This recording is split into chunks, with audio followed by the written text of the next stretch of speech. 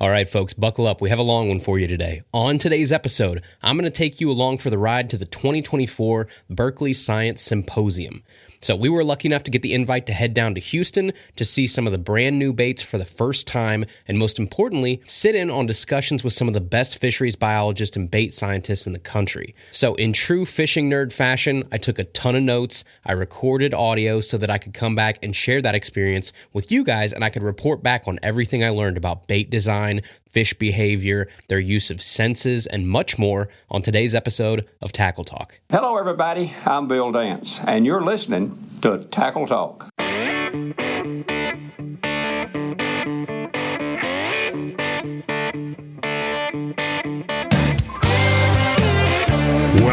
to the Tackle Talk podcast, brought to you by American Legacy Fishing and Outdoors. World-class fishing gear, unmatched personal service. Now, here's your host, Andrew Hayes.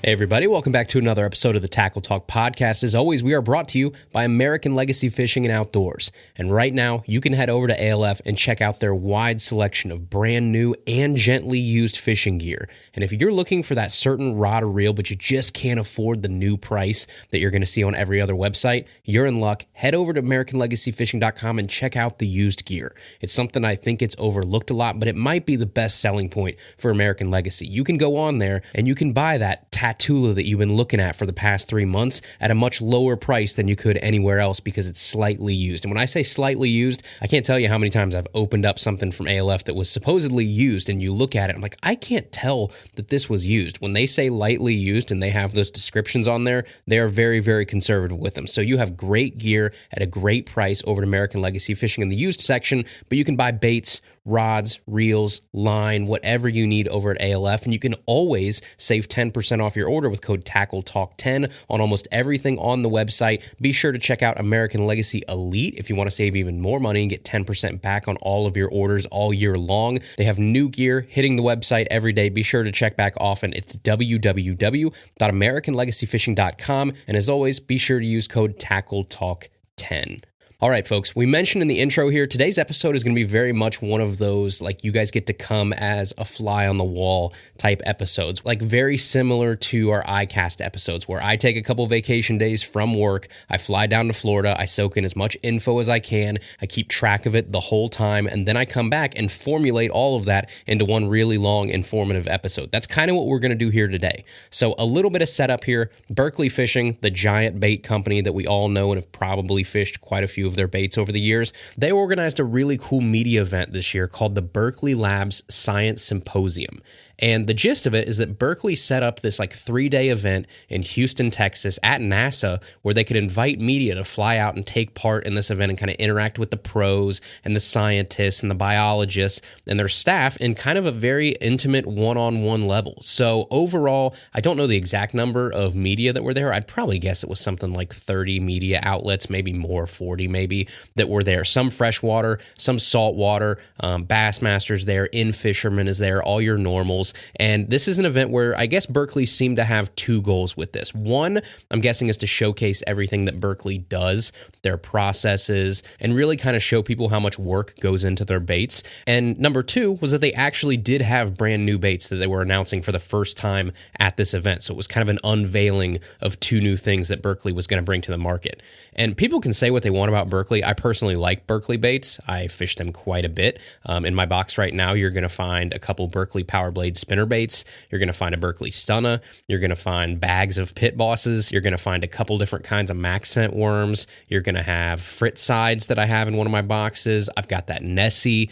So I objectively like Berkley baits, right? And I have zero affiliation for the 10,000th time with any bait companies. So we can sit here and we can be really honest and say what we like and what we don't like. We've done that before with Berkley quite a bit. And I can't remember if I said this on my show or someone else's that I was on, but unfortunately right now, Berkley kind of gets like the Nickelback treatment where it's cool to call everything they do as a knockoff. And then it makes people online who chime into that and feed into that. And, you know, every bait that comes out, they have to call it a knockoff. They feel like they're in the club. They feel like they're in the know and they're part of the cool kids table. But we don't really do that here at Tackle Talk. Every single company gets a fair shake.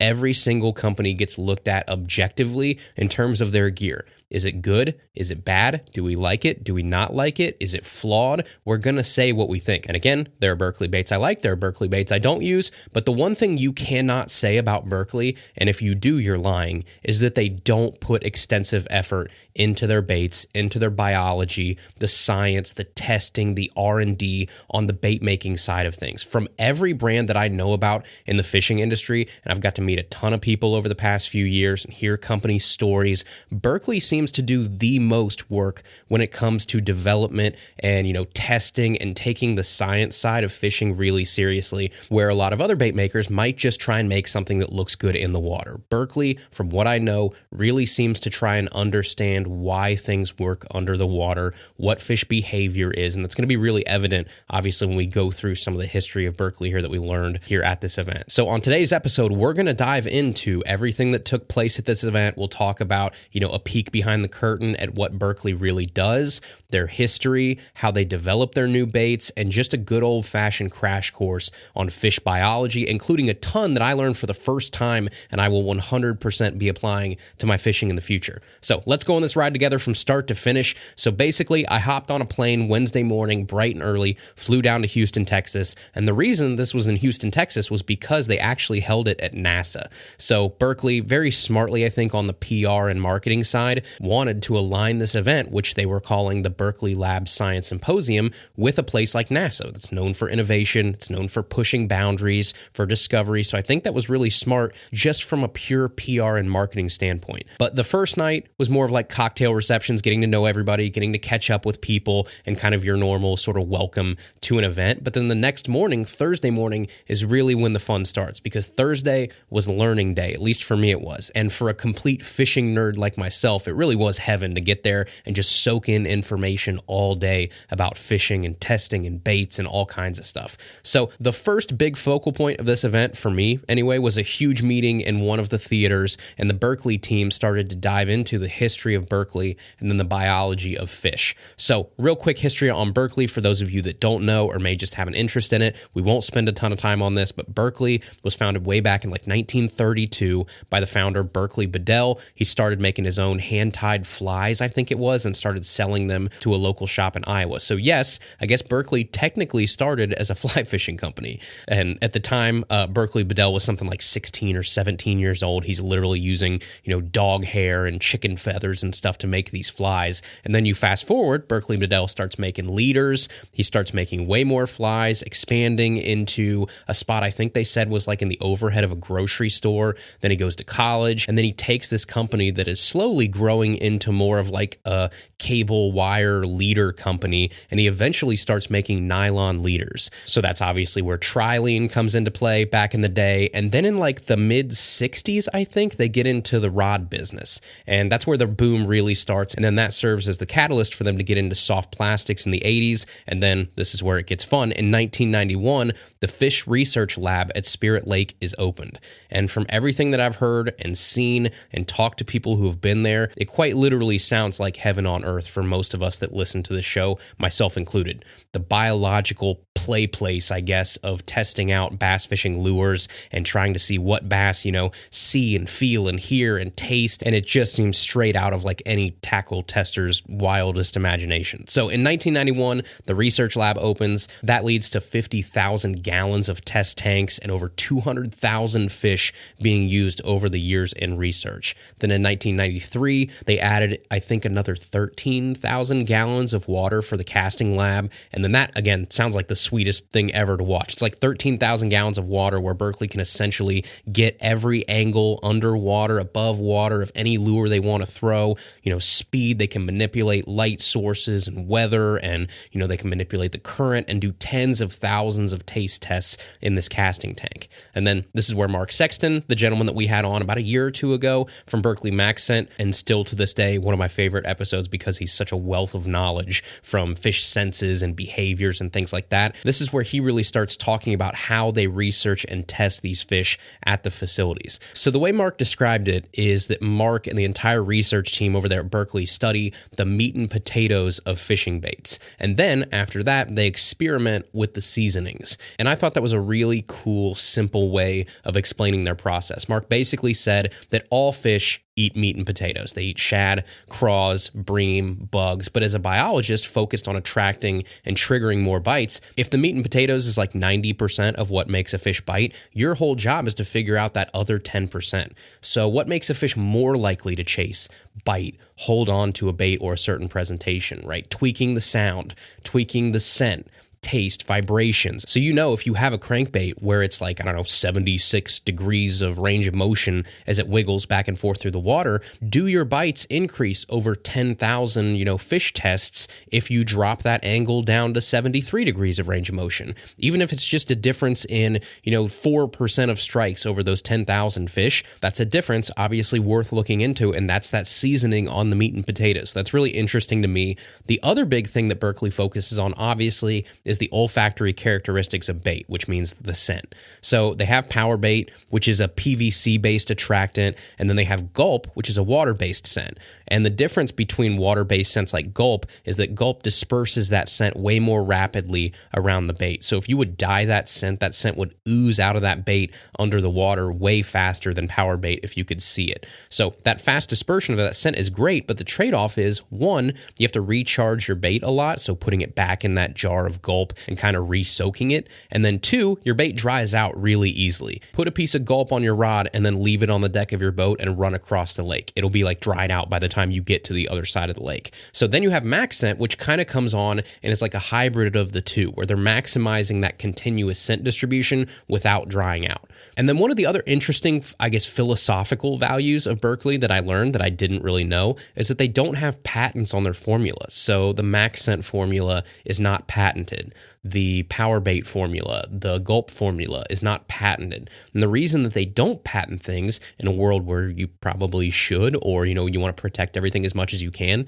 is they prefer to go the trade secret route. So instead of put the formula out there and protect it, they're more like Coca-Cola, I think is probably the most famous example that I can think of this, where they just keep it a complete secret and bank on the fact that no one else is going to be able to replicate it, even if they put money in it and try. And Berkley kind of said, no one's going to put the effort we've put into this. No one's going to put the money we've put into this and the extensive resources to try and copy this. So we're not going to patent it. We're not going to write it down and put it out there, because obviously if you want to patent something, you have to let people know what you're patenting. They'd rather just keep it a secret. So Mark Sexton said there's like 2 or 3 people that know the formulas for max scent, for power bait, for gulp. I think he said it was himself and John Prochnow, who was an even longer term fish scientist and chemist for Berkley that's still there today, and a lure designer. And I think those are the only 2 that might know about the formulas. So that's kind of cool. But then this is where, for me, it got really cool, because this is the part of the day where Mark Sexton, obviously a guy we've had on the show before, a guy that has run more tests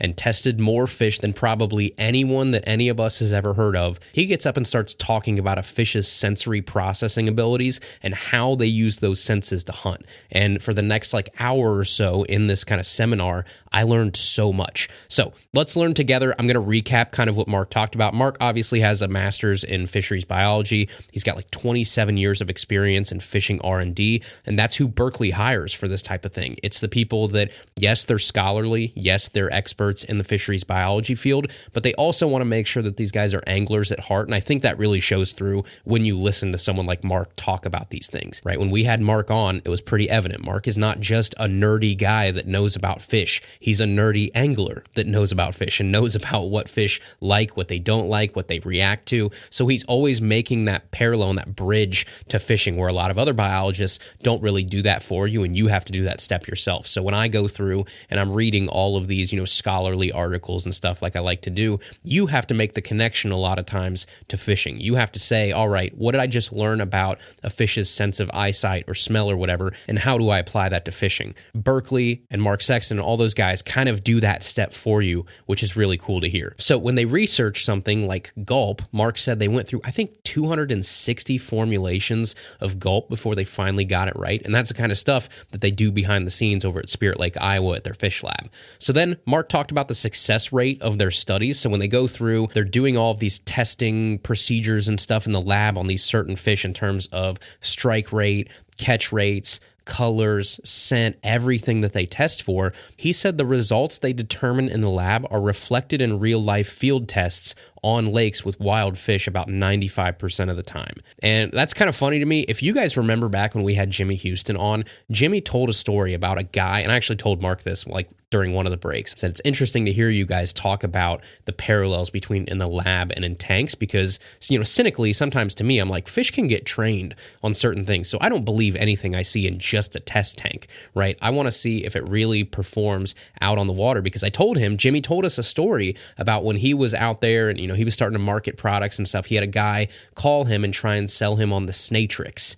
And the Snatrix was basically like a curly tail worm back in the day. And Jimmy Houston, you know, went to this guy's, you know, shop or whatever he was at, and he had those fish in a tank, and he would throw all kinds of other stuff in there. Those fish would not hit those other baits. He threw the Snatrix in there. Those fish smoked the Snatrix. And Jimmy was like, well, and rightfully so, I guess at the time, that's a great bait, right? Yes, I'll obviously help you market that. Well, Jimmy told us in that episode, later he figured out that guy that sold him on the Snatrix had trained those fish to only hit certain types of line. So he could have put any bait on there on, you know, if he was throwing braid, and he'd kind of train those fish not to hit anything on braid because he was like shocking them or something if they did the thing they weren't supposed to do. So he trained those fish to only hit certain types of line, and then he manipulated that into the baits that he actually wanted to sell people. So I told Mark that. He's like, that's really funny, obviously, and interesting, and that's the reason why they have to back up their findings with real tests out there on the water with real wild fish. So when they determine this stuff in the lab, he said, then they go out there and they test, like say they have two versions of the power switch that they just came out with Berkley.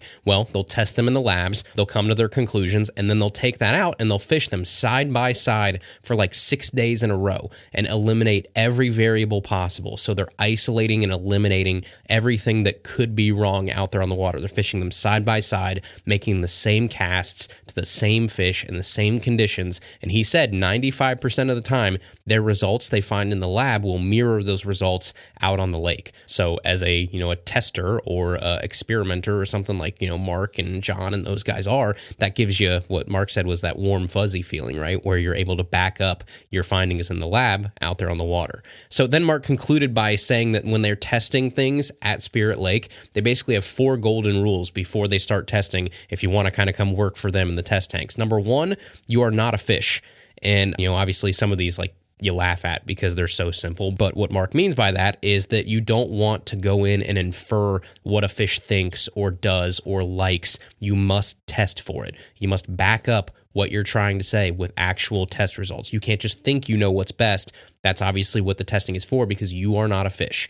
Number 2, he said, fish live in water. So that means basically there's a ton of differences in water versus where we live surrounded by air. Light travels differently. Sound travels differently. There are variables that affect fish that we don't deal with above the water. So you have to keep that frame of mind as you're testing these baits and you see the results of these test fish. Fish just live in a different world below the water, and you have to take that into account. Number 3, fish don't have arms.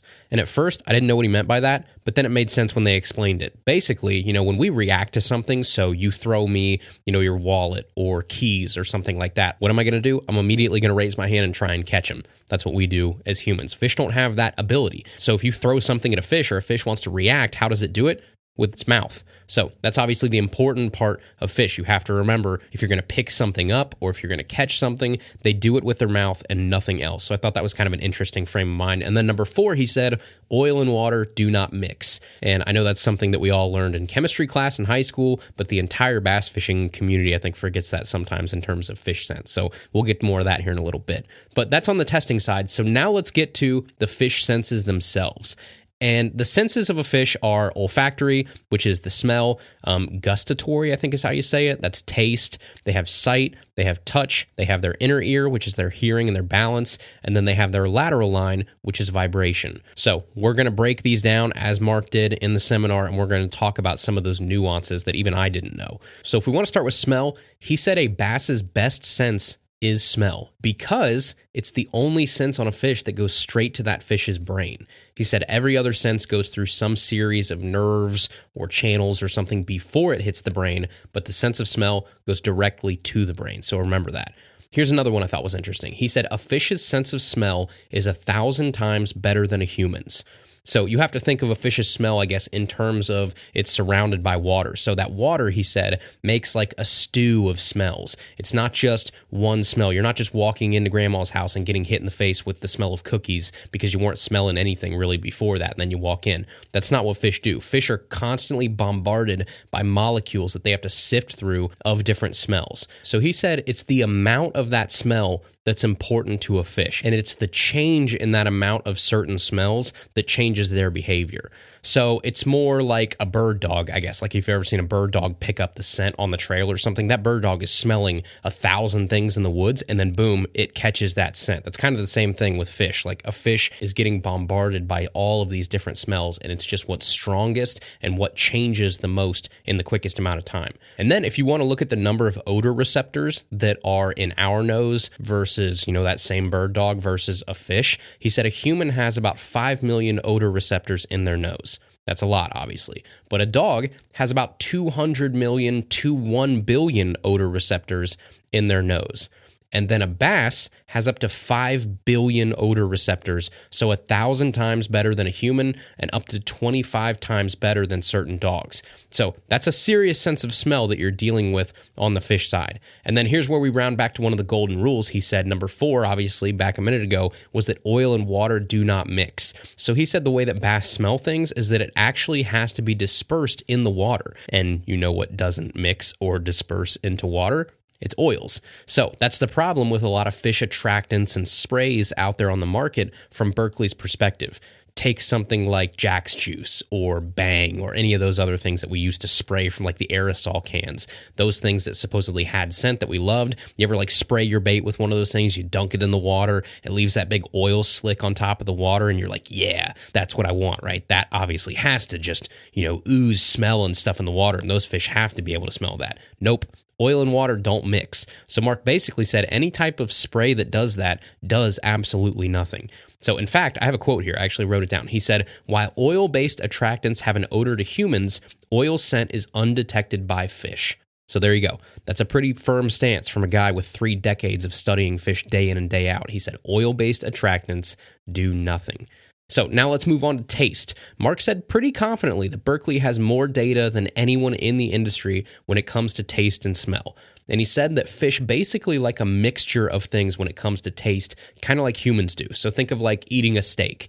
You don't just put a steak on the grill and then eat it for every meal. You put some salt on it, you put some pepper on it, maybe some sauce or some marinade. You fix some sides like baked potatoes or mashed potatoes or a salad. Fish are very similar in their taste buds. So their testing indicated that a fish would bite and hold on to something longer if it was a mixture of certain tastes. And then that's where the challenge comes in, obviously, from, the bait perspective and the designer perspective is finding that magic mixture. So he said the way that a fish hunts is that it probably smells something from farther away because that's its intense olfactory sense that they have, and then it follows that scent and then it puts its mouth on it. So smell it, follow it, bite it, which again comes back to their little theory there that bass don't have thumbs, right? When they go to grab something, the first way they're going to grab it is to bite it, and that's good for us anglers. But that seems to be the way that Berkley thinks that fish are out there finding bait to eat, is smell it, follow it, bite it. So then he talked about some of the traditional attractants that have been out on the market for years. From everything that they've tested, he said a lot of those traditional attractants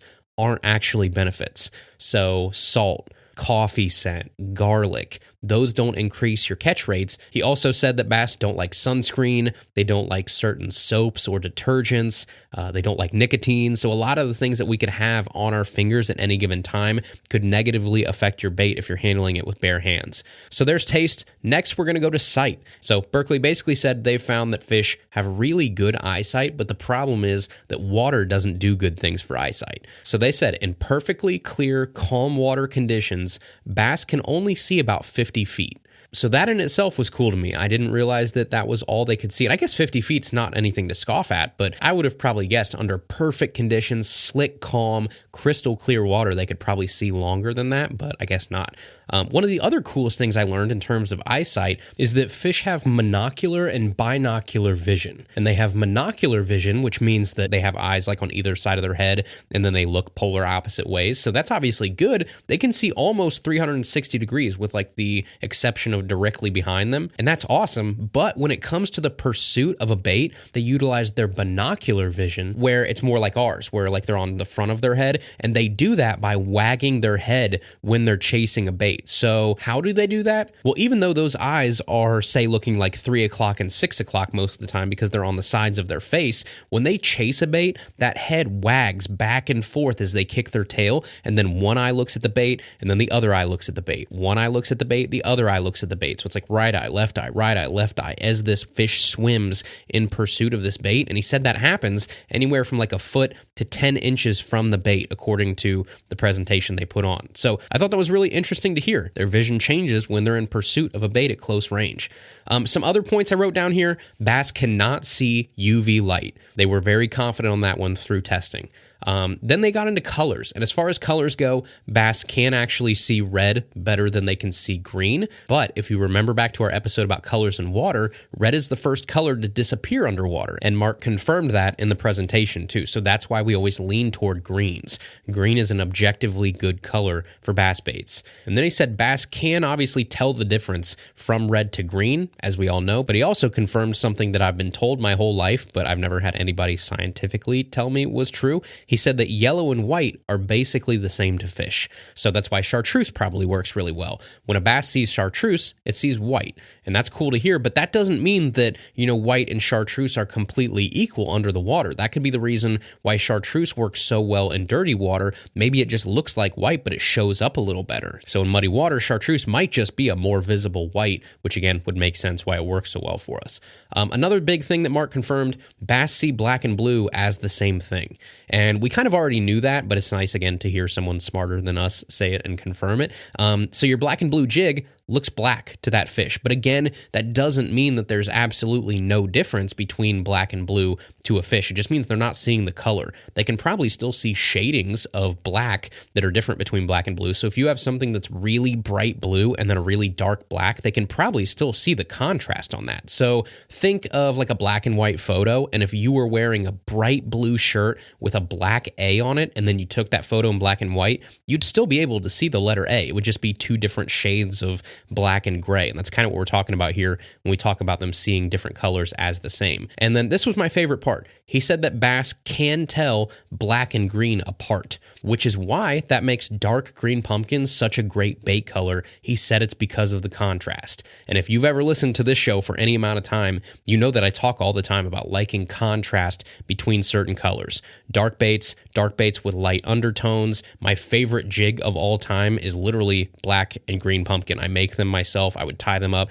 Half the skirt is black, half the skirt is green pumpkin, and I just loved them. I don't know why. I caught way more fish on that. This is obviously why. They like that natural color, but they also like the contrast. So he said the best color across the spectrum would be a mixture of green pumpkin and black. So that's it for eyesight. Now let's move to the lateral line. And one of the things that blew my mind here a bit, he said a fish's lateral line sense is mostly because of little hairs on their face, and then those hairs detect movement or different directions of current or vibrations or things like that. So it's not this magic sixth sense down the side of their body. The lateral line is literally sensory hairs on or near the front of that fish.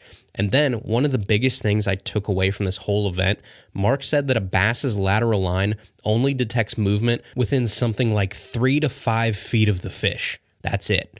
So that took me a second to process, to the point where I literally went up to Mark after he was done. I was like, did I hear you right? He looked me dead in the eyes and he said yes. And the way he explained it is that a fish uses its lateral line to kind of kill in close proximity. So remember back to like smell it, follow it, eat it. Well, if a fish can smell something or hear something or whatever it does to get within proximity of what it's looking for, then that lateral line takes over and is kind of used as the kill shot. So in super muddy water, that fish can't see much. Maybe he smells or hears a crawl on the rocks or something. He uses his smell, his hearing, his sight, whatever to get as close as he can to it, and then it's lateral line time. So that fish is like within a few feet of where he knows that crawl is, then that crawl moves ever so slightly, like a little pincher moving or an antenna or something, and that lateral line picks up even the smallest movement of water molecules and it can triangulate that position and bam, the fish attacks. So he said that lateral line can pretty much pinpoint that prey's position at even the tiniest movements in the water.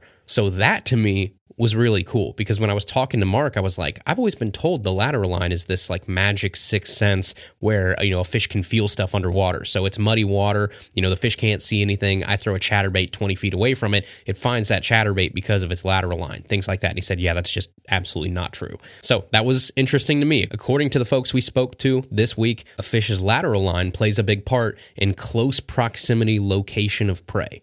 So the last thing here is hearing, and we won't spend a ton of time on this because they didn't spend a ton of time on it, and I think in one of the answers to the roundtable we're going to hear about in a minute, that probably makes sense. But from what he did say about hearing is made up of these little bones in a bass's head, and sound travels very well underwater. So that could be a piece of the equation I think they're still looking into and figuring out down the road. But he did say afterwards, there's a lot of stuff on the market today that simply doesn't work as it's advertised. So you could think of something like, a hydro wave or things like that. He seemed pretty skeptical of a lot of those type of things out there on the market. So there's kind of an in-depth look at a really cool conversation we got to be a part of in terms of a bass's true senses and what matters, what doesn't matter, what they can hear, see, feel, taste in their lateral line, and kind of some big takeaways here. I'd probably say number one that kind of surprised me, he said a fish's sense of smell is 1,000 times better than ours. Number two would have been when he said the amount of smell is what's important to them. It's the change in the amount of certain smells that really affects their behavior.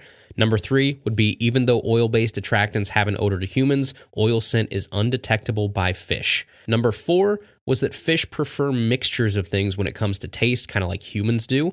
Number five is in clear, calm conditions, bass can only see about 50 feet. Number six is that bass see white and yellow as the same. They see black and blue as the same, but they can tell the difference between black and green and red and green. And then number seven, a fish's lateral line sense is actually only effective within a few feet of the bass. So there's some little tidbits that I found pretty interesting from that past conversation that they had with the presentation on a fish's senses. All right, here in a second, we are actually going to get to our version this week of the mailbag, which is actually going to be a roundtable with question and answer from some of their experts over at Berkley here in just a second. But first, we and the mailbag are brought to you by Dakota Lithium Batteries. Dakota Lithium is my favorite choice for lithium batteries, whether I had a boat, if I had a boat. But for me, on my kayak, I've got one in the front, one in the back. They've never let me down. They are tough as nails. I've dropped them in the water. I've dropped them off my tailgate. I really beat the tar out of my gear. And I know that these batteries are built to last because, again, I have unfortunately put them through the ringer. Whether it's my 24-volt 60 amp hour on the back of my kayak, my 12-volt 46 amp hour in the front of my kayak for all my electronics, these things are the real deal. Dakota lithium batteries are twice the power of traditional batteries at half the weight. They charge up to 5 times faster. They last up to 4 times longer. They have 100% US-based customer support, and they come with a whopping 11-year warranty. All of that from the iconic blue battery with the red top. You know them from a mile away, Dakota Lithium. And right now, if you want to save 10% on your brand new battery, you can use code TACKLETALK10. Tackle Talk 10 at checkout saves you 10% off any battery you need. You need a $80 battery for your kayak. You need a $2,000 battery and setup for your boat. I got you covered. 10% goes a long way. So save 10% with code TACKLETALK10 over at www.dakotalithium.com, the official lithium battery of Bassmaster. All right, let's get into this week's version of the mailbag with questions from the media for the Berkley panel of experts. This is the Tackle Talk Podcast Mailbag, powered by Dakota Lithium Batteries. Adventure awaits at dakotalithium.com. All right, so this is the part of the episode where we're going to move into the roundtable discussion where they have this stage set up with like 8 or 9 people on stage taking audience questions. And again, it's really cool because you get to hear these completely unrehearsed, genuine answers to some of the questions that the media had. So up on stage, to set the stage here, I guess quite literally, you have Dr. Van Hitt, who is from the U.S. Geological Survey. You have Danny Thompson from Garmin Marine. You have Mark Sexton, Berkeley's manager of fish science and bait testing. You have longtime Berkeley chemist John Prochnow. You have Berkeley soft bait project engineer Kyle Peterson. You have Dan Spangler, who's the senior project engineer at Berkeley. And then a couple pros. You had Chase Parsons, who's a pro walleye angler, and then pro bass angler Matt Steffen. And then you're obviously going to hear Dave Mercer was the one moderating this thing and kind of chiming in as well. So one thing to remember here before we get into this is that everyone on stage, except for maybe the USGS guy and Danny from Garmin, are either employees of Berkeley or sponsored by Berkeley. And even maybe the USGS guy and Garmin guy were probably paid to be there since they did breakout sessions and stuff with us. So I'm sure they were compensated for their time. So I say this, I guess, to be as intellectually honest as possible, and that probably goes for this whole episode, is that this, of course, is going to have some type of Berkeley slant to it. It's impossible not to. You have a lot of people on that stage that believe in their products, that put their own blood, sweat, and tears into the development. So obviously they're going to think that their baits, their science is superior. And I would be very shocked, and you probably would say they're bad at their job if they don't believe that their products and their fish science are superior. You're obviously going to believe in your own research, believe in your own creations, because you should. But again, just to be as honest as possible with you, the listener, everyone on this stage is, of course, affiliated with Berkeley in some sense. Even Dave Mercer, who you'll hear chime in, obviously, as the moderator, works with Berkeley. So I always just try and paint the whole picture the best I can. And I guess I just wanted to mention that to give you guys as much context as possible as we go into this.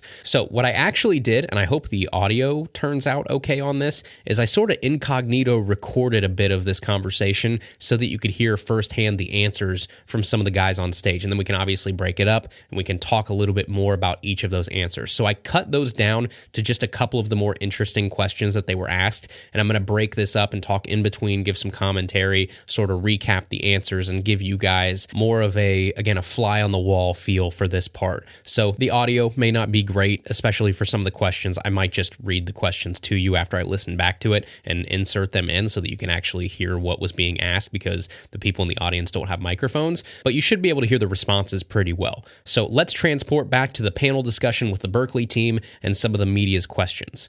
Thank you guys very much. I'll start us off with one of the questions that we had from one of our media members. We received a lot of questions about scent and taste, and rightfully so, because we are the leader in both scent and taste. We want to address your scent and taste questions at one time. The question is, have you done any testing on how the scent affects strikes versus time of holding? I.e., I'm already convinced that a fish that grabs power bait or gulp holds onto it longer than in regular plastic.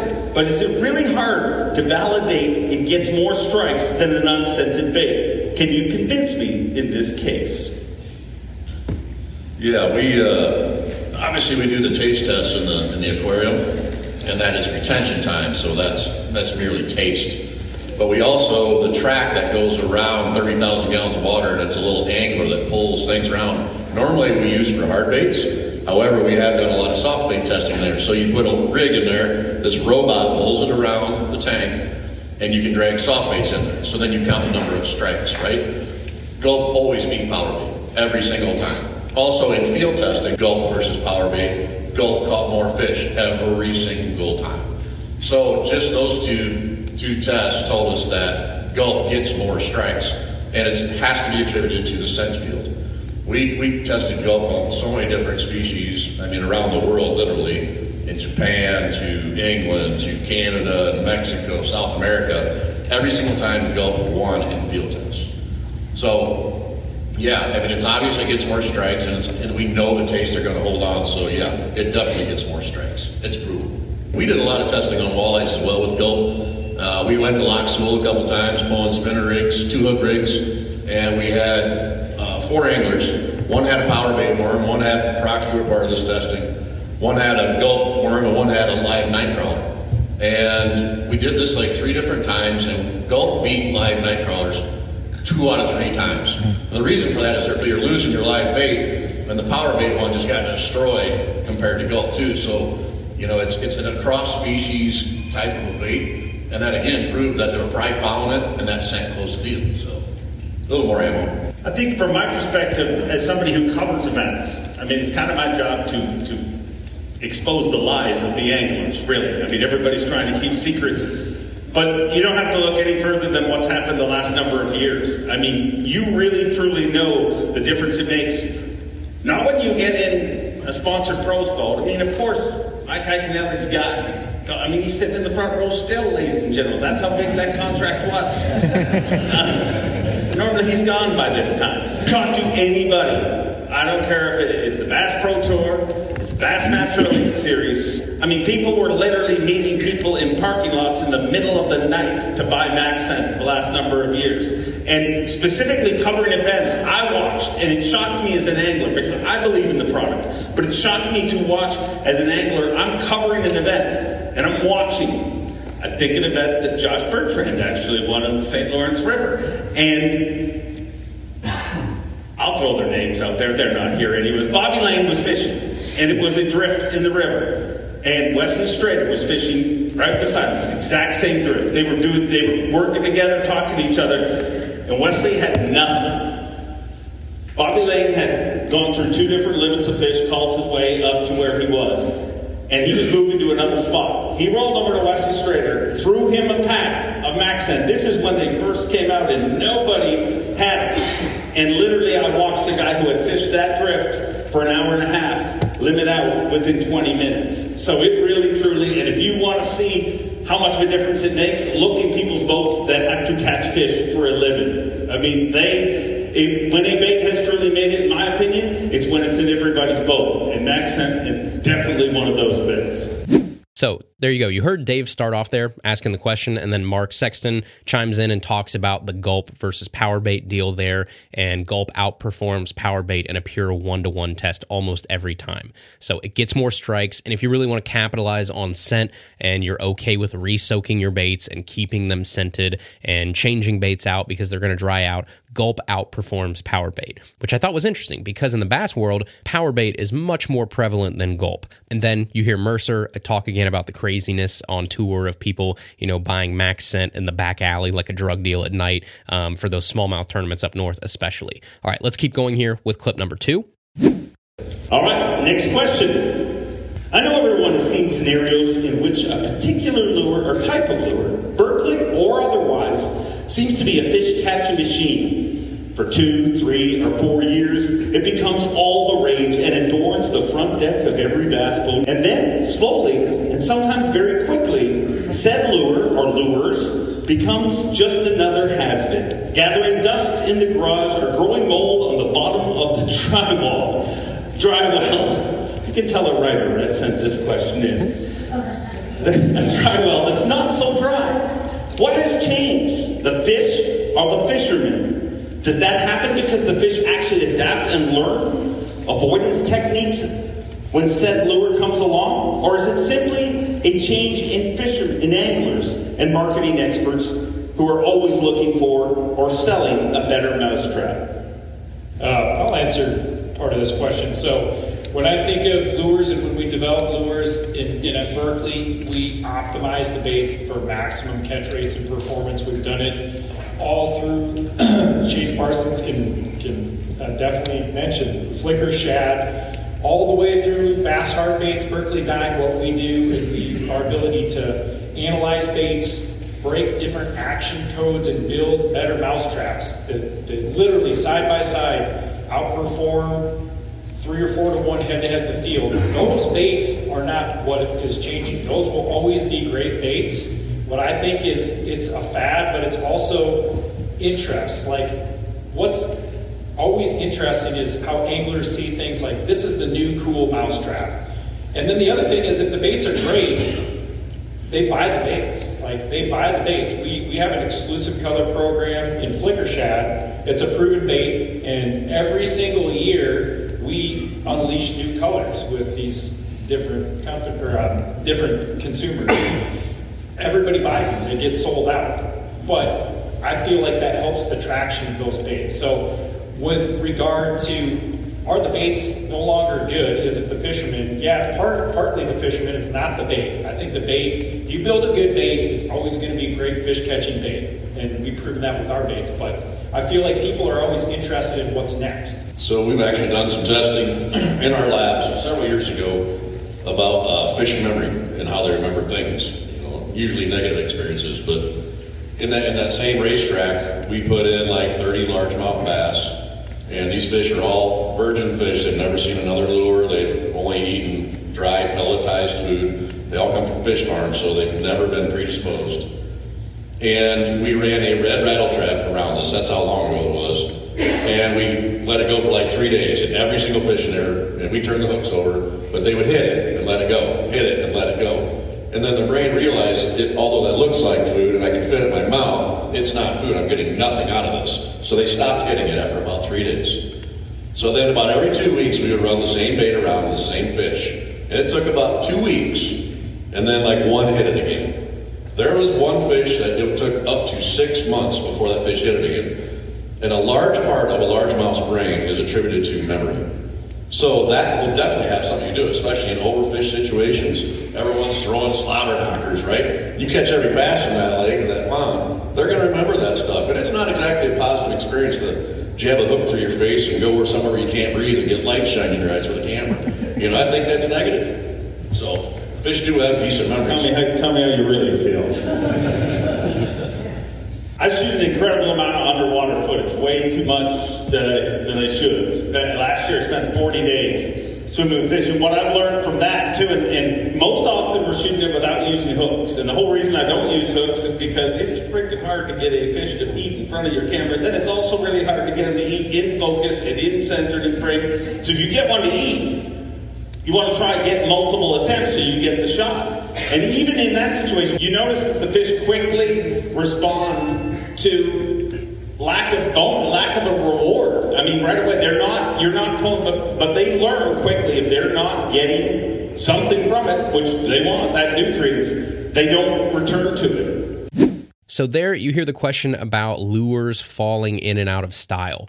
And then Dan, I think it is, probably the first voice that you hear, talks about building a better mousetrap from the bait designer side. And that's what everyone's trying to do. We heard Jacob Wheeler talk about it last week. You're not always going to make the chatterbait. You're not always going to make the sweet beaver. It may not always be revolutionary, but what you're always trying to do is improve on what's already out there. And that's a tough job. But then when they do improve on that design and they put it out there, then that bait falls by the wayside eventually. And it's not the bait's fault. The bait didn't magically get worse. It's usually us as anglers. We're always chasing the new cool thing. So you're always battling to keep those fishermen interested in your older lures versus the new shiny thing that's out there. And that's just kind of our nature as humans. It's much easier to make a new bait and push it out there than it is to keep interest in an older bait. And then Mark talks about how bass respond to lures once they've been caught, which I thought was really interesting.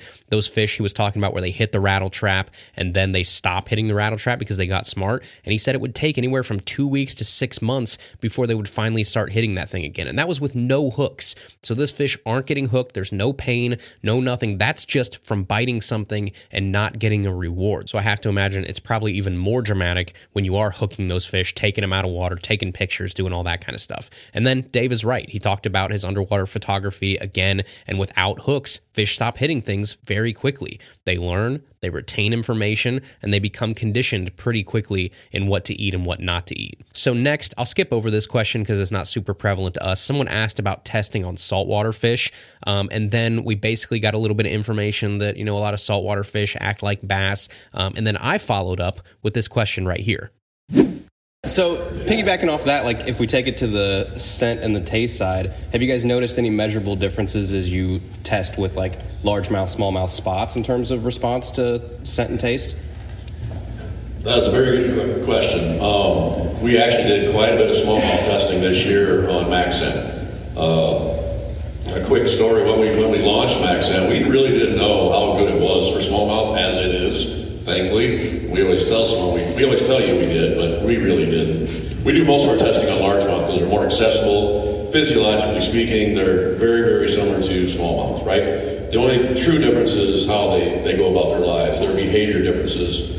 are such, and that's defined on, smallmouth are more pelagic usually. They're more roamers, they're gypsies. Largemouth are kind of creatures of habitat, if you will. They're more ambush predators.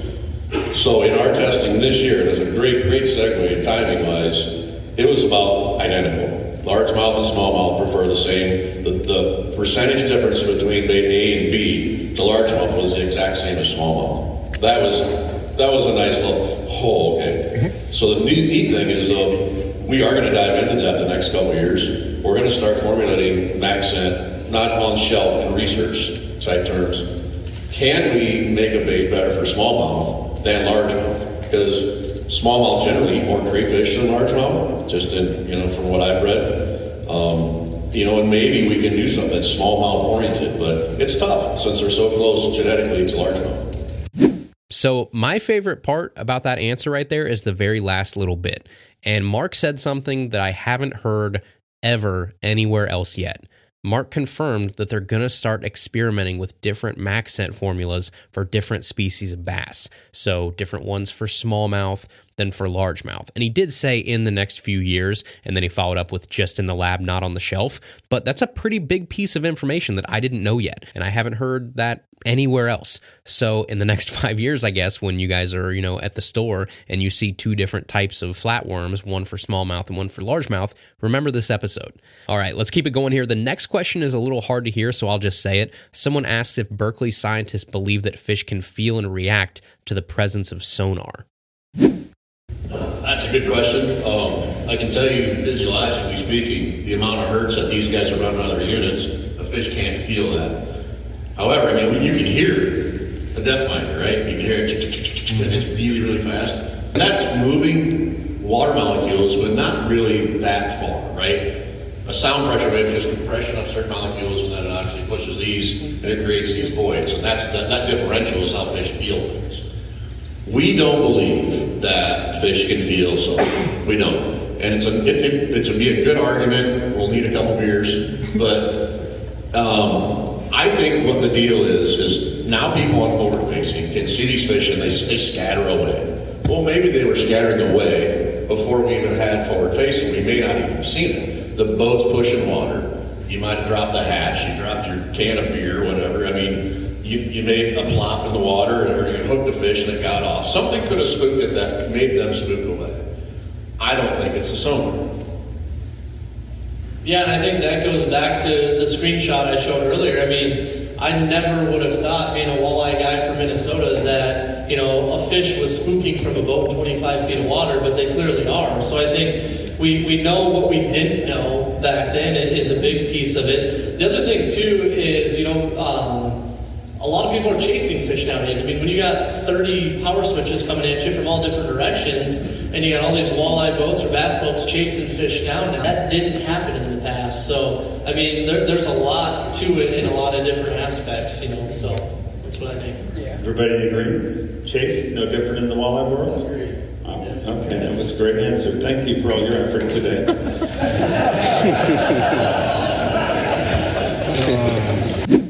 So you hear Mark Sexton, stay right there. We don't believe fish can feel sonar.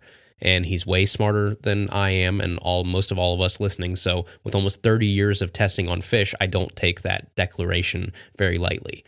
So then you have a gentleman from Garmin step in there and say that he doesn't think it's so much the sonar as it is the increased pressure and people targeting fish that were previously untargeted. All right, next question here that we have, again, hard to hear, so I'm just going to say it. He asks, is there a least favorable color on the color spectrum for largemouth bass in terms of bait color? To us, coloration is more for the anglers. We make baits that we've done color tests in our pools, and the only science we can put behind it is flash. So you've got like a black back, silver-sided crankbait going through there. That flash of dark light, that gets bites in our tanks, as well as on the water, we believe. From what we know about colors, and we can't make baits for every water body in the U.S. Because, they love like plum and cherry seed in the southeast for largemouth. And sometimes those colors just aren't very good anywhere else. There's specific regions that like specific colors we found. In our waters, To me, chartreuse sucks. I mean, it's horrible. I don't even own anything chartreuse. But when I go to the Mississippi River, fish pool 7, 8, 9, 10, you better have something chartreuse and white, the bright, because you want to try to match the hatch, but you need to offset that clarity of your water. You got to have something that sticks out a little bit, otherwise your bait's going to be hidden, and you don't want to hide your bait. So you have the fisheries scientist from Berkeley saying color is more for the angler, which I thought was interesting, but that's not as cut and dry as you think. The angler, I think what he meant there is like the angler and the kinds of situations that the angler might encounter on the water. Basically saying like it's up to the angler's discretion, not that color doesn't matter at all. And then I think he expands on that. I think color is probably more up to the angler, not for the angler. For the angler makes it seem like, they could all just be the same color and it doesn't matter at all. I don't really think that's what he was going for there. I think it was more of it's for the angler. Me as an angler, I need different colors than someone who fishes, tannic water in Florida, things like that. And then you have the next question here. The guy says, if you have two identical lures, one has no scent, but it's the perfect color and action, and then the other one has the worst color and action, but the best scent, which one are you taking? What's the barometric pressure? Moon phase, what are we looking here? Honestly, there's been bass, millions and millions of bass caught over the time that never had any scent. A lot of times visual stimulation is enough to catch a fish, right? Now, if the bite gets really tough, and I feel like the bite's getting less and less, or there's, bluebird skies and it kind of sucks, I'll throw that ugly, stinky one all day, because I think that will get more bites. But that's a tough question. But, there's been, before Berkeley, there was a lot of bass caught before scent. But we just upped the game. That's all we did. So if I had to pick one, I'd start with the visually stimulating one, of course, and I wasn't getting bit. I would have no problem with that stinky one on. So there's the answer to that one. The next question comes in, and he basically asks, when we get short struck, like a fish comes up and nails your topwater or something but doesn't eat it, what's going on there? And he said, do you ever see that in the lab testing? Do fish just come up and headbutt the thing? Do they miss? What's going on? That's a great question. So in our pool, we measure strikes as our number one quantitative factor, right? So 1, 2, they hit it, right? We also measure balks, where they come up to it and stop. Because to us, what that means is there's something that turned that fish off when it got close. So what that tells us is maybe visually from a distance it was good, and when it got close, maybe it was stirring up the lateral line in a negative way, maybe it smelled bad, whatever, there was some cue that turned it off. So what we can do as scientists then is we go back and take that same bait and see what we can do with it to make it better, right? Maybe you have to make the wobble a little tighter, maybe you have to make it wider, maybe the tail wag needs to be more, maybe the hooks are hitting the side of the bait and making the wrong noise, right? So that just lets us ask more questions. Sometimes when fish miss the bait, it's because, remember, their eyes are on top of their head. Well, when they open up their mouths real wide, they're looking straight up. They cannot see what they're biting. The only time a bass kind of sees what he's hitting is if he opens his mouth just a little bit. If they come at you big mouths, you can't see what they're hitting. So sometimes they just strike out. I can add a little bit to that. In the early days, when Dr. Jones and I were doing some research, it was in the early days of the hard bait program, as we call it. And it was topwater baits. And Mark's right, we tested them in the lab. We had some fish in the oval racetrack. And we throw a topwater bait out there. And we have it on film. And the bass would actually come up and touch the bait with its lips from underneath and then back off. We attributed some of that to it. They did it with different ferocities of some. Sometimes they hit it hard like that, and other times they just hit it soft and back away. Well, we theorized that some of the fish were actually coming up there and tasting the bait to see if it was real something that they could eat. But that's one instance. Is that all the time? Don't think so, but that's one instance that we did observe in the lab. Back to shooting underwater footage, I'll tell you that's one of the things that I've been really shocked about. Because as anglers, we always think you see any movement under your bait and you think that fish is trying to eat it. That fish, I've seen fish do that exact thing, where they literally nudge it and they're just tasting the bait. I've seen them come under it and you see a kind of a big boil, but what actually is happening, that fish is repositioning. And the other thing that shocks me that I see a lot with topwater baits is specifically multiple fish come in on one bait. And I think it happens a lot more because we're not looking the amount of footage that I had of multiple fish coming in, and those fish will literally spook each other off. So when you're fishing, you're seeing them boil under your bait thinking they're not eating it, but there's situations like that. So Mark had some interesting input there. To start, he was just like, yeah, man, sometimes they just miss, right? They have big old mouths. They open that. They might lose sight of that target, and they just whiff. And then other times there's a fish that could get close, and then he pulls away last minute. That could be a situation where you see, a fish wake on your topwater. Maybe it is the look, the movement, the smell. Something was off for that fish, and they turn away. And then you have John Prochnow come in and say in the early days when they would test bass in the tanks, bass would come up and just touch that bait and then back off, and they would observe that in the lab. And he said he thought at the time that was a fish coming up and just touching the bait with their mouth before striking it, just so they could get like a smell or a taste. Not a lot, but he did say they observed it happening. And then you had Mercer come in at the end and kind of confirm that with some of the underwater filming that he does. All right, and the last question from the media here came in, and the gentleman was asking about the Berkley lab results in regards to sound and vibration, and then the relation between sound and attraction and conditioning. That's a very, very good question, and honestly, it's probably a frontier that we will be more relevant in sooner than later. In terms of sound, what we've figured out, and there's a bunch of things I'm not going to tell you, even drunk, I won't. But we can try though. I love your attitude. We understand what fish can hear. We also have the ability to measure sound underwater and measure that in terms of decibels and frequencies. So what wavelengths. So we're going to try to optimize that over time, and we pay attention to it when these guys are building their baits.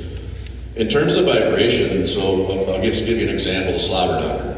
Obviously, our target was chatterbaits, right? Stuff like that. So we understood, everything about it, what sound was coming out. We understood the vibrational patterns that it would transfer down to the rod, to the human hand. And we played off that, and I don't know how many repetitions. Where's Oster, man? He might have the actual number. Is he here? How many iterations of slobber knocker did we go through? 70? Lots. Yeah. I can't come up with a number, but a lot. It's a lot. So what we were hoping to do is, for one, optimize sound, make it better, and then prove that in our pool that we would catch more than Z-Man. And then also, for vibration, we wanted the angler to have more vibration coming through the rod. So we had standard rod, reel, and line, and I have accelerometers. I can measure the vibration coming down the rod. Pretty simple stuff, right? And so then we would take our baits in the pool and measure it against Z-Man, and we eventually beat them. So then we're happy. We take it to the field, and we tested for, a year and a half on our stuff. And I think we won every single field test we went against Z-Man. So now we're warm and fuzzy. We feel good. We've got a product. And our design was different because that was a thing. And so things like that, the vibration, I think, is crucial. Because when fish, and Chase, you can speak to this, when you've got a walleye trolling set going, and you've taken these water wolf cameras and run them down the line so you can actually see your bait coming as you're trolling. And these walleyes will come up and just start S-shaping around it, right? To me, I think that fish is coming up there, smelling it, maybe nips at it once, doesn't get much out of that, obviously, but I think his lateral line is stimulated via vibration. And so I think that's going to, if we can knock that out and make better trolling baits, that would apply in saltwater. That gentleman and I talked earlier about that. Sound, we got a lot of room to run on sound. I think the fishing world has a ton of room to run on sound. And I'm not going to dive any deeper into that. But yeah, we are looking at it hard. So that was interesting to hear there too. Obviously, there's more than just smell, taste, sight, action. You have to worry about vibration and sound and measuring that against competitors and seeing how fish react to different vibration patterns. And at the end, Berkley says, obviously, that is probably the next frontier is sound underwater and really leaning in and studying that and its attraction abilities. So that's the roundtable discussion with the Berkley leadership. I clipped a lot of that out. A lot of guys were kind of hard to hear, but Dan and Kyle did a really good job of kind of describing some of the things that go on the lure design side. But I know that you guys, the audience that we've built for the show, would find really interesting hearing the scientific and sort of biological type answers from that portion of the event. All right, we'll get back to the rest of the episode here in just a second, but first we are brought to you in part by RTIC coolers. Yes, even though it is wintertime, there are still plenty of uses for a cooler out there, and you deserve the best. Whether you're picking up your deer from the processor, whether you're going out and you're ice fishing, I hope we get some ice here in the next week. I think we're supposed to, so I'll break out my RTIC cooler to take out to the lake, take some crappies home. But whatever you're doing with your cooler, make sure you have the best and make sure you're not overpaying. If you have 4 other letters on the front of your cooler other than RTIC, you paid too much. That's because RTIC coolers have rugged exteriors, they have lightweight construction, they have multi-day ice retention, all at half the price of the other guys. I've had multiple hard coolers, multiple soft coolers, I've got coffee mugs, I've got tumblers, every single thing I've ever got from RTIC, nothing has ever let me down. So if you want to grab your own RTIC gear, you can head over to www.rticoutdoors.com. Again, a full line of hard coolers, soft coolers, drinkware, whatever you need for the outdoors. Check back often. They have sales all the time. They've been a great partner of this show for years, and they make some of the best gear in the business. Again, www.rticoutdoors.com. Keep the adventure going with RTIC. All right, next, we had some breakout sessions where we learned about like the landscape of fishing and forward-facing sonar, specifically listening to like Joey Cifuentes talk about his experience with forward-facing and how they're actually using it on the water to target new fish.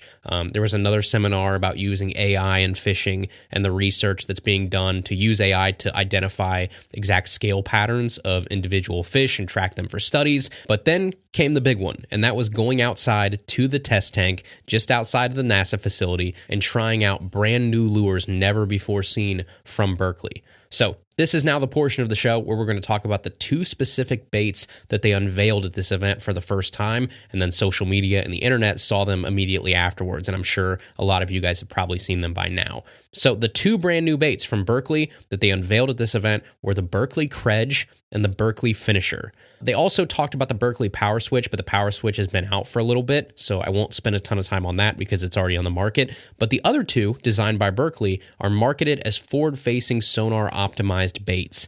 And certain design elements of these baits are obviously put in place in the hope to maximize their effectiveness in conjunction with forward-facing sonar, but it's important, I think, to remember that these are bass baits. They're not just for forward-facing sonar. Yes, they're being marketed that way as a lot of the brands kind of race to that forefront and that new frontier that is forward-facing sonar and try and, put baits out there. So when people are searching for forward-facing sonar baits, these baits are popping up and kind of conquering that side of the industry. But again, it's important to remember these are baits that all of us can use, myself included. I'm going to use these baits like 90% of the time without forward-facing sonar. Like these are just bass baits, and they're baits that I think might shine in certain situations. So let's talk about each of them individually. The first bait is the Berkley Kredge, and Kredge, Krej, is just jerk backwards. And it's jerk backwards because this is essentially a jerk bait, specifically stunna, with different weighting and an upside down bill. And then it obviously falls backwards. We'll get to here in a second. So picture like a normal jerk bait you're holding out in front of you, and that bill is pointed down at like 45 degrees, like almost every other bill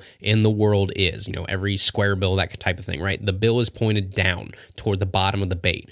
Well, take that and just flip it upside down. Flip that bill over on itself, and now picture that bill pointing 45 degrees up, and everything else on the jerkbait stays basically the same.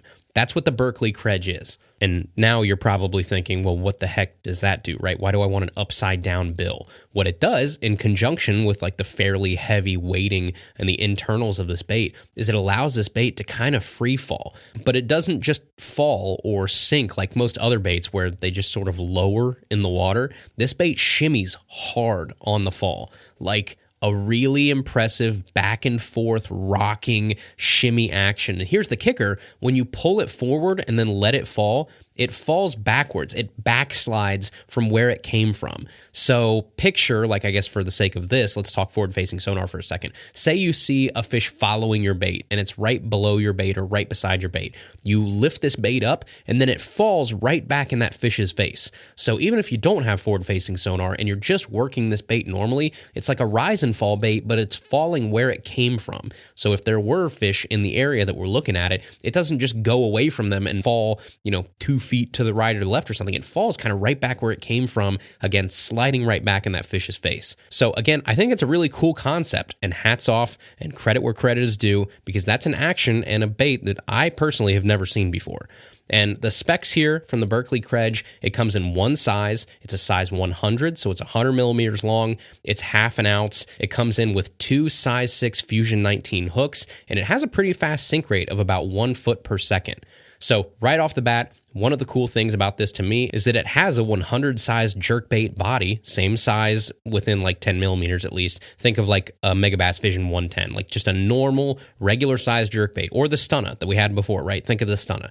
A Vision 110 also weighs like a half an ounce. So you basically have two baits that are the almost exact same size. You have the same body style, a jerkbait, same weight, but one suspends and one sinks like a foot per second. And not only did we get to see these baits in action in the tank, again, any bait can look great in a tank, but we actually got to go out on Lake Houston and fish these baits with the pros. So I went out with Justin Atkins in his boat and Dan, the senior project manager from Berkley, to play around with these baits. And with both of these baits, the thing I was probably most impressed with, I guess, was versatility. So with the Kredge, you can work it like a jerkbait if you want, with a little bit more erratic action, that like fleeing bait fish look. I suppose you can work it really fast and work it on top like a wake bait or something if you really wanted to, even though I don't think that's like the primary use of this bait, and it definitely wasn't my favorite look for this bait. But what I loved about this bait was the fall. The fall is money. It shimmies and rocks really hard on that way down, and it never did not do that. And I think a lot of times for me, that's the sign of a good bait versus a subpar bait, is consistency of motion. And every single time I lifted this bait up and let it fall, it shimmied like it was supposed to. So yes, I did use it on forward facing for a little bit, but like I said, I will probably be fishing this bait 90% of the time without forward facing sonar. To me, someone who doesn't use forward facing sonar most of the time and just going to be fishing it blind, what I really liked was its ability to just milk that one spot over and over again on the same cast. Like you pull this bait up and it slides like right back to where it came from. So you can pull up and fall without really coming to the boat very fast or coming to the bank very fast, and it makes that cast last longer. That's cool to me. And I immediately thought of like wintertime fishing, like right now around here. We do this a lot of times with blade baits. The problem with blade baits is that if you want to keep it in the same spot, you either have to be vertical on that fish, so you got to be ice fishing, you got to be on a boat, on a kayak, something like that. You can't really do it from the bank. Or if you are doing it from the bank, you cast and you raise up and you let it fall. And now that bait is, 2, 3, 4, 5 feet from where you raised it up for, because it's coming toward you, obviously, because you're working that bait toward the bank. You don't really have an option. This actually lets you milk that spot, even if you're casting into water from far out. So, pull up, slide back, pull up, slide back. It's a really cool action. That shimmy down, again, that kind of slow fall, like a foot per second, way slower than a blade bait, gives me more time on that fall for those slower winter fish. So I really like this bait overall. I think it's a cool little bait. And for all the flack that the internet gives Berkley all the time about never coming out with new groundbreaking baits or whatever, you're going to have a hard time seeing this bait underwater, fishing this bait, and not being genuinely impressed with the action that it has, and not really being like anything else that I've ever had in my kayak, in my tackle box. But obviously, because it's the world we live in, the internet had a field day with this one. And as soon as this bait hit social media, the comments came in with people saying, "Oh, so it's a knockoff Jackal Riser." And when I posted my picture to my story, I probably got 20 of them in my DMs, and I saw it all over the internet. So I'm going to hop on my soapbox here for just a second, because people like that, people that see something for the first time and immediately try and tear it down, make the fishing industry unbearable sometimes. Like for me, I love fishing. I love fishing tackle. And anytime something new comes out, I'm genuinely excited to see it, to try it out, and to find the differences, and to really fish it in different situations and see if it will handle different situations better than something else that I have in my box. And I wish more people would have that attitude sometimes. But instead, fishing brands have become kind of like the angler's version of sports or politics, where nowadays people have brands they like and they don't like. And no matter what that brand does, no matter what they come out with, they're going to get right behind their keyboard and they're going to complain about it. And it would be like, I guess like me, I'm an Ohio State fan, right? So Ohio State versus Michigan, huge thing. The Michigan Wolverines could do the nicest thing in the world. They could stand on the side of the road, hand out $100 bills, and I'm still going to hate Michigan football, no matter what. It's just primal. It's ingrained into my fandom. That's kind of what we're seeing now with fishing companies. So there are guys guys that love Berkley, there are guys that hate Berkley, and if you hate Berkley, you foam at the mouth at releases like this so that you can just find an excuse to take a dump on something. So today, what we're going to do, we're going to have our very first ever installment of a new segment called Knock It Off, where with very little commentary, we objectively compare a previously released lure with its new so-called knockoff. And then at the end, we'll either tell the lure company or the trolls to knock it off. So today we have the brand new Berkley Kredge 100 versus the Jackal Riser 007. And let's take a look at both these baits and compare. And we're going to start with the size here. Are they the same size? Answer, no.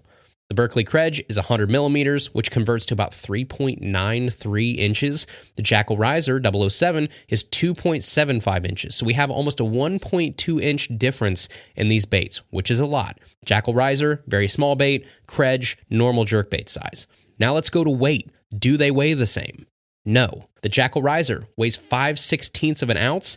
The Berkley Kredge weighs a half an ounce. So Jackal Riser, 5/16, Berkley Kredge, 8/16. The Berkley Kredge is almost twice the weight.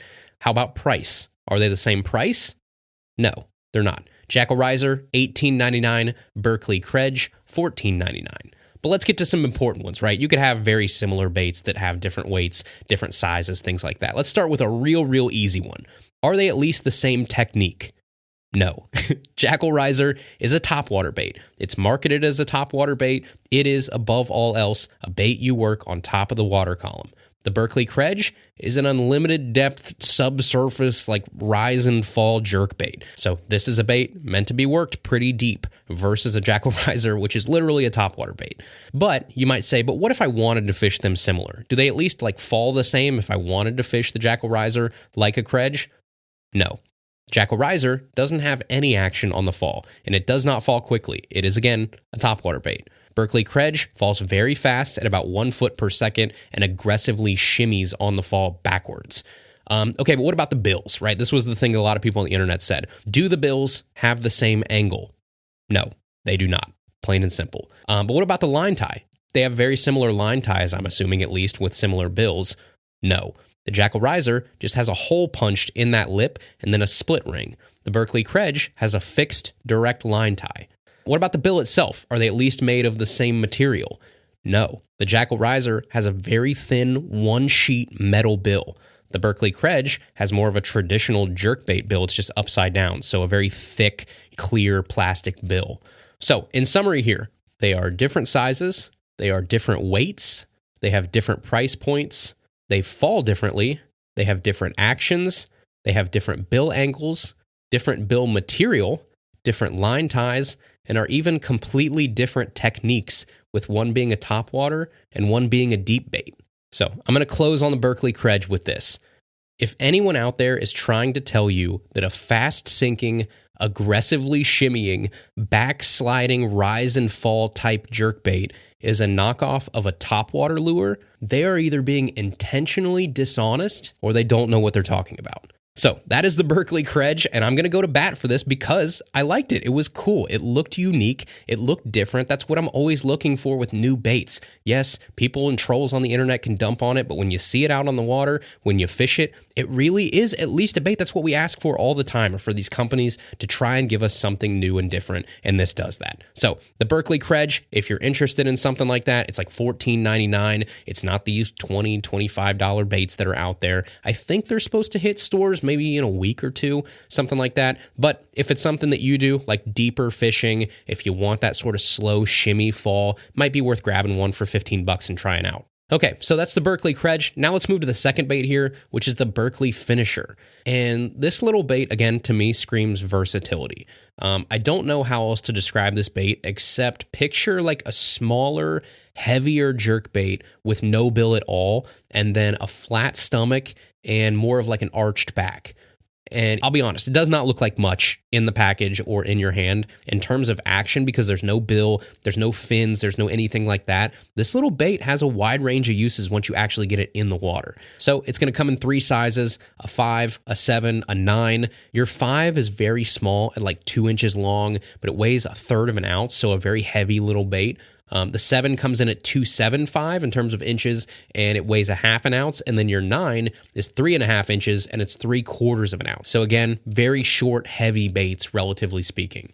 A couple of other features for this finisher. Both the finisher and the Kredge are silent, so there's no rattles in either of these baits. The finisher itself has a really unique line tie that's right above, I guess if I'm trying to describe this, it would be like where the ears of that bait fish would be if baitfish had ears, obviously. Right behind the eyes, straight on top of the head, right on the tip, is where that line tie is, but it's faced the opposite direction that you're used to. So normally in a line tie in that position, you would expect that line tie in that circle to be going the same way as the bait. But the line tie on this little finisher is actually perpendicular to the bait. And I got the chance while I was sitting in the boat to ask Dan, the senior project manager, I said, why did you put that line tie the opposite way? Like, you never see a line tie on this type of bait, usually, that direction. Like, what's the point of that? Is it just so that the knot doesn't slide to the front of the line tie and then you're pulling it at a different angle as you're pulling the bait up? And he said, yeah, that's exactly why we did it. He said the bait is so dependent on the actual pull point itself, they wanted to make sure there was no way that that knot could slide forward or backward and be pulling from a different spot. So that means that you guys know how much I love snaps. This is going to be one bait that if I use this bait,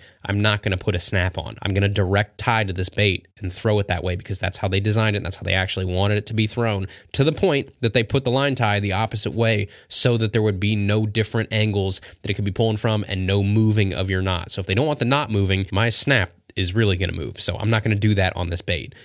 Next, the action of this bait is really interesting because a couple things stick out. One, it falls nose first, so you can really get to your desired depth pretty quickly, but because it's got all that weight like in the front and the head, you can work this like a jig head minnow where you're continuously popping it and bringing it back to the boat, and then every pop has that aggressive kind of like head bob up and down, and then the body follows it. So you can do that. You could also give it really aggressive pops a few seconds between, and it darts underwater back and forth like a glide bait. And that's how they were really kind of marketing this bait, was like an underwater sort of glide bait where it will go 2 to 3 feet in any direction. It does have really big, aggressive darting actions to it when you do that. Now, again, very heavy bait, so it falls pretty fast, but you do really get like, I don't know, 2 seconds or 3 seconds, like from pop, pop, pop. So maybe that is like 1 second. I don't know. But, you know, that's the kind of cadence that I was sort of working with it, and it would fall right back to where I started and I could pop again, but it just goes forward, backward, side to side. Like the erratic pop and dart of this thing really is kind of like a very, very small glide underwater. So I could see that being something for, you know, the schooling fish, or you got that fish that's stubborn and won't commit, so you're kind of strolling it and then boom, you give it that big pop and it darts 2 foot one direction and might get that strike for you. But my favorite way I saw to work this bait was just casting it and slow rolling it back to the boat. Because if you slow roll this bait at the right speed, it looks like a little spy bait under the water. It just rocks ever so slightly back and forth pretty quickly and gives you that flash as you just sort of stroll it through whatever part of the water column you want. The weighting of this thing, though, is nice because it's so heavy that you can work it at any part of the water column you want. So now you have kind of an unlimited depth spy bait, which is kind of interesting. And then the last thing I think makes sense, at least for the smallest 5 size, it'd be a great little ice fishing bait. I would ice fish with that little 5 size in a heartbeat, to the point where I hope we get ice in the next couple days. I think we're supposed to get some here because I do want to take this out and fish it a little bit and see if it works ice fishing. The flash, the weighting, it makes it perfect for just a little hole hop and ice bait. But there you go. That's the Berkley finisher. They had a 5 size for $8.99. The 7 is $9.99. The 9 size is $10.99. Again, very reasonable priced baits for almost anybody at any budget. So there you've got your 2 new baits from Berkley. You have the Berkley finisher and the brand new Berkley Kredge, both hitting stores I think in the next week or so. If either of those sound up your alley, I can confirm they were both pretty fun to throw. So that was this week in a nutshell from the Berkley Science Symposium. It was awesome to catch up with a lot of our past guests, Ike, Mercer, Mark Sexton, Logan Parks, Rudd, Bailey. Made a lot of new friends thanks to Justin Atkins for letting a guy who's never been in a boat a fourth that cost jump into his boat and test some of the baits. Kudos to Dan, Nathan, Kyle, Mark, John, the whole Berkley team out there on the launch of your 2 new baits, and then the whole team for having us down in Houston at the NASA space station to just learn more about biology, testing gear, fish senses, and a ton more. So I hope you guys enjoyed this episode. Thank you all for coming along for the ride. I appreciate you guys listening. As always, subscribe on Apple Podcasts, Spotify, iHeart, Amazon, wherever you listen to podcasts. Shoot us an email, tackletalkpodcast@gmail.com. Find us on the web, tackletalkpodcast.com, and we'll see you right back here next Tuesday for another brand new episode of Tackle Talk.